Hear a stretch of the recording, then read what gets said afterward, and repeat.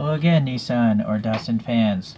So we have a Tomica Limited vintage of a very historic car. It's the 1970 Datsun 510 that won the East African Safari Rally. It was the overall winner then. Here's the Nissan webpage itself.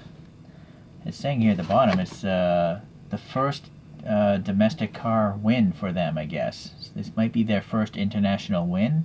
The English isn't particularly good there on their website. Okay, well anyways, it's powered by an inline cylinder 4, 1.6 liter, making around 100 horsepower, and it's running on 13-inch wheels, so quite small. Discs in the front, drum rear brakes. Alright. So you'll notice this is brand new, and coming to realize through one of my commenters that you should never leave your models new in package, because that probably leads to paint rash. And I believe it might be true because I just opened up a previous TLV and that thing was a disaster as far as its paint goes, the IDX concept car. So let's get this guy out and, well, hope the paint is in good condition, but sadly I've come to expect paint rash from this brand. Giant wasteful packaging. There's packaging inside packaging. But they're trying to push this product, charge extra money, I guess. And there's a good bit of story here. Specs on the car, nice to know. Unfortunately, I don't read Japanese, so it's not helping me so much. Yeah, alright. Now you gotta put on your own mud flaps and possibly a light and some hand grabs. So we'll have to see about that. I'm gonna throw this box out.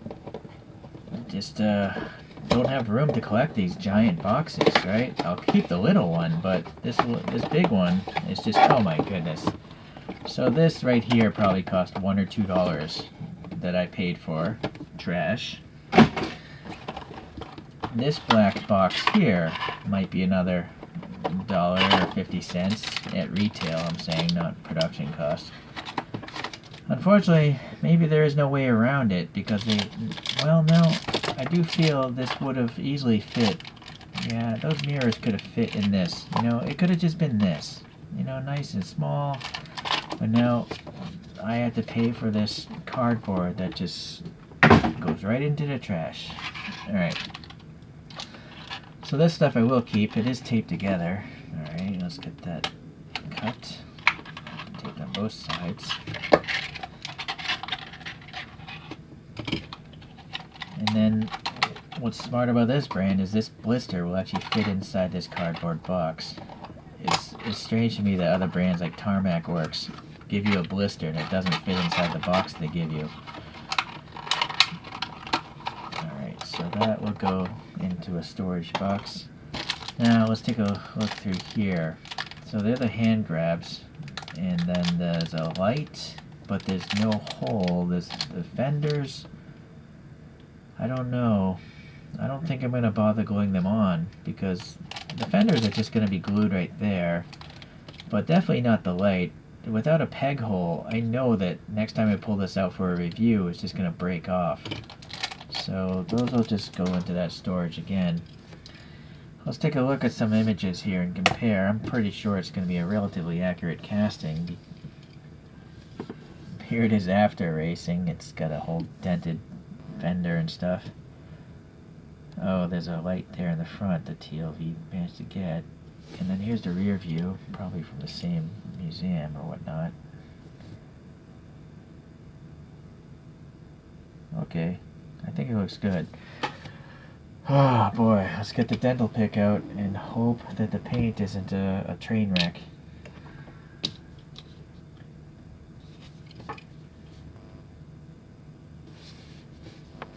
Try to get better light in here.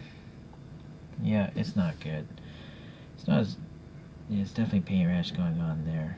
So, this is nice. Roof, paint rash, paint rash, paint rash. This side's okay. So it's not as bad as my IDX concept car. So I guess I'm kind of happy about that. But really, I'll say it again and again, but I really think this brand needs to just thicken up their paints or figure out a better way to... Maybe they don't use primer. I don't know. But something's going wrong with this, company as far as the quality of its paint goes. Alright, look at the wheels here, these mini light looking things. And another gripe is there's no black paint between the spoke holes, so it looks very cheap. You know, it looks like something you'd get on a free toy, not even a Hot Wheels. A Hot Wheels would have spoke holes, but like literally a free toy that comes with like a can of coffee. Alright. The printing is nice though, I will give them credit. They're not using decals. That's another trend I don't like in this hobby, yeah, where they use decals, which will probably crack off. Alright, so all the printing is pretty tight. Harriman. I don't know what the first names are here, but alright, there's an orange here for this marker, and that's raised actually, this turn signal or reflector. That's raised, the door handles are raised, the key mechanism is raised. The bumpers seem to be separate plastic pieces. Painted silver looks good. There's some silver here in the window, and silver on the casting going around it.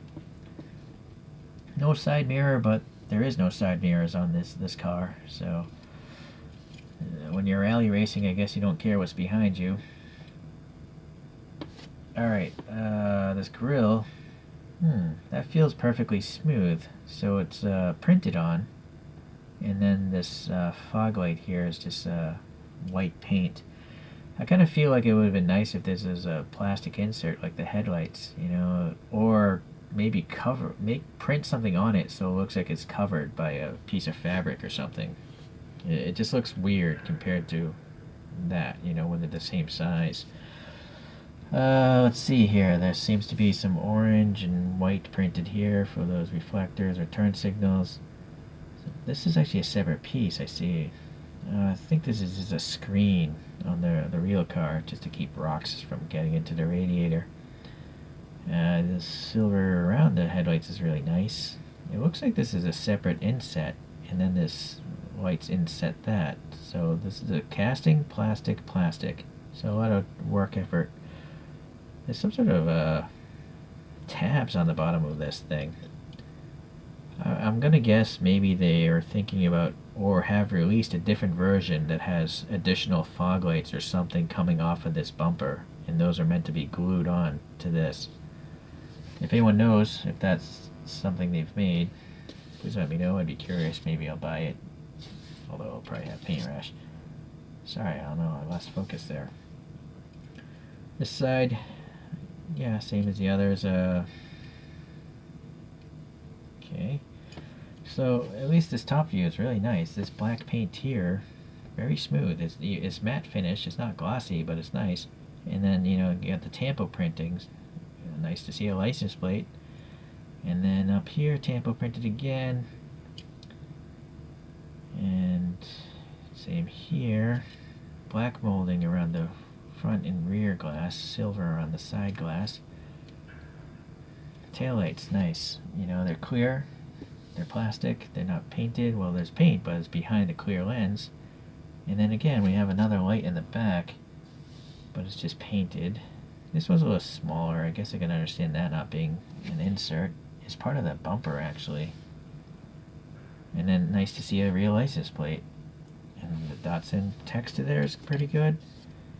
And sorry, I don't know what's going on with the camera today, but there you go. I guess that's as good as I can get it. 1600. It's supposed to be SSS. I can't.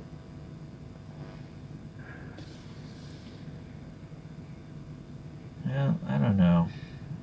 I don't even know if that's SSS or S7 or what, but the Datsun is okay. It's missing a little bit on the D there, though. Kind of weird. Why would it have Datsun here and here? Well, I do actually see it on the rear photograph, so that's accurate. So it's not fault of TLV. I'm also seeing black pieces here. I'm guessing these are steps, because you're supposed to put the handles here. So for some reason they wanted to step up and grab this handle, and, as if they're trying to get to the roof. But there's nothing on the roof, so it's a little bit weird. But they captured whatever those things are, those steps. 2017, so this isn't even that old, you know. So now we're learning, maybe if this came out in 2018, If you leave a TLV in the box for 3 years, this is what's going to happen. Or 4 years, right? So, yeah, like my comment just said in my IDX thing, open your TLVs as soon as possible. Leave them in a display case. Alright, well, it's nice to see that it tells you what the car is. It's not just a 510, but it actually says the rally, so this casting must be specific to this rally car, not a street car. Unfortunately, you know, it's press fit together, so if there were you wanted to customize it, you really can't, unless you drill it apart. The tires do have tread. I'm okay with those treads. So what about the interior? It's just black, it seems. It's probably accurate. I mean, it is accurate to the photographs, but it also looks like there's a spare wheel right there. And it's not even the same as the other ones. It's the stamped steel one. So I'm pretty sure that's probably accurate. Oh, there's 2 spare wheels. This might be the first 164 I have with 2 spare tires in the back. Ooh, there's a giant roll cage bar there in the middle, and it leads to a roll hoop around the back, the front seats there. Now, what seems a little odd is the seats themselves. The passenger has a high seat. You know, the backrest? It has a headrest. The driver doesn't have a headrest. And that does look accurate to the photographs. Now, why would that be, guys? Both of these people would be... Oh, you know, it's possible only one person was driving back in the 1970 rallies. Maybe there was no navigator. If there's no navigator, I can understand, because the driver is definitely wearing a helmet, and maybe that helmet is getting in the way or hitting the headrest too much, so they just decide to remove it. But if there was a navigator, a second person in this car, then they would both be wearing helmets, and then I don't understand why they would do that. Here's the dashboard. It's got a lot of nice molded details. It's not a normal dashboard, I don't think. I think it has clocks and stuff like that on the passenger side to time their...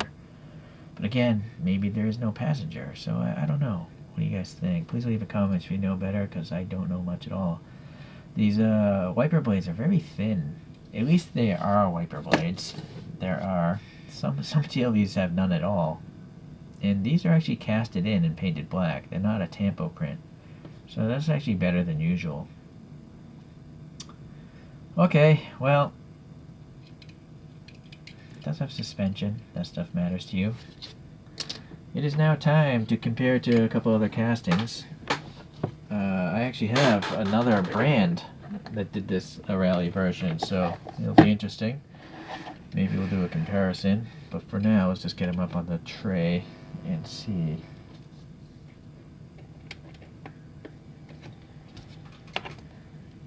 Let's just do the road car here. This is a Konami.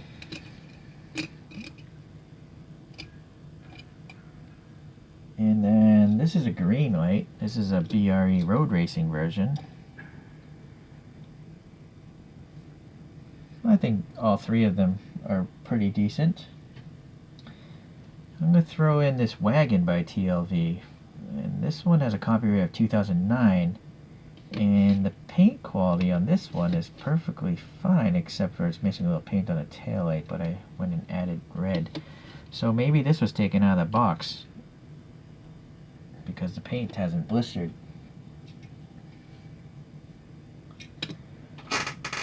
Alright. Let me give you well, no. I'm going to do a comparison.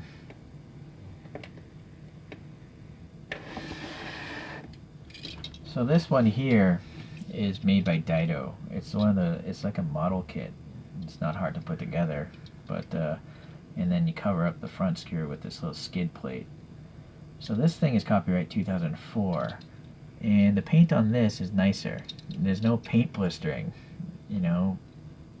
I can't remember if I actually bought this new or used. You'll have to go back in my reviews, but this is a lot older than something from 2017, right?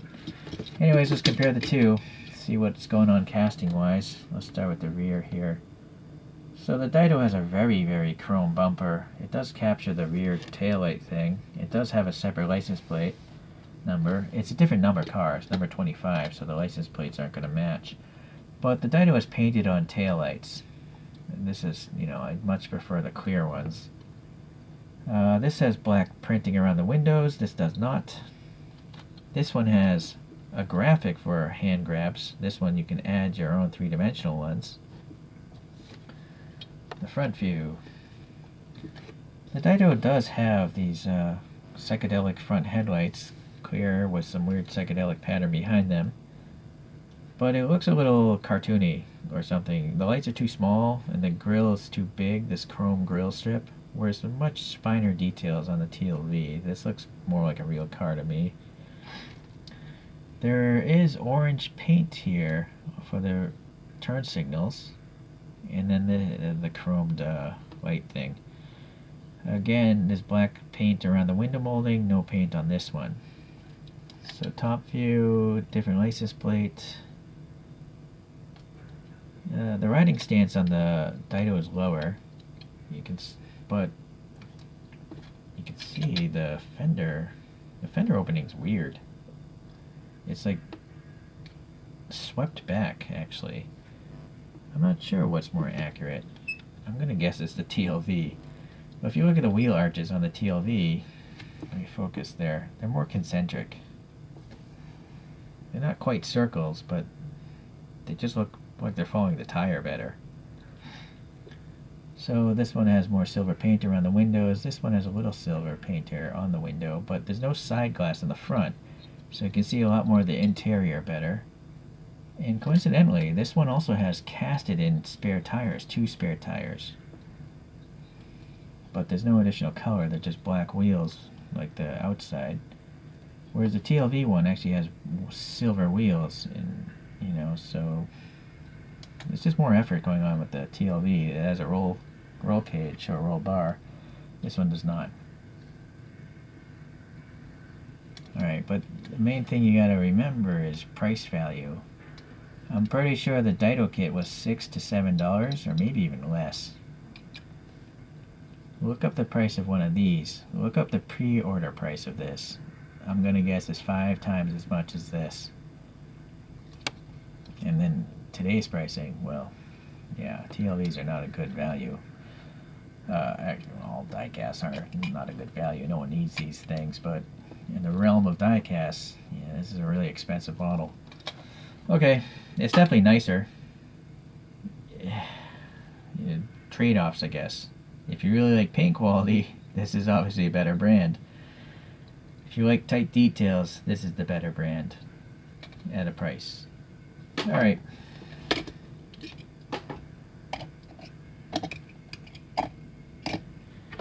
So now, let's let these spin around again. You can see the whole conglomeration of my Datsun 510s. And then I'll do a pan upwards.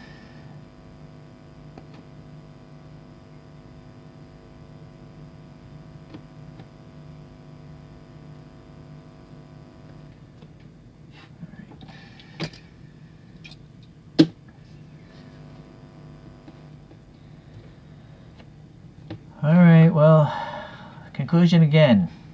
This time, open up your TLVs, or I'm thinking if you have any model, you want to open it up as soon as you can and let it breathe. The diecast metal has to breathe, it outgasses, and I think it's that outgassing that causes this paint blistering.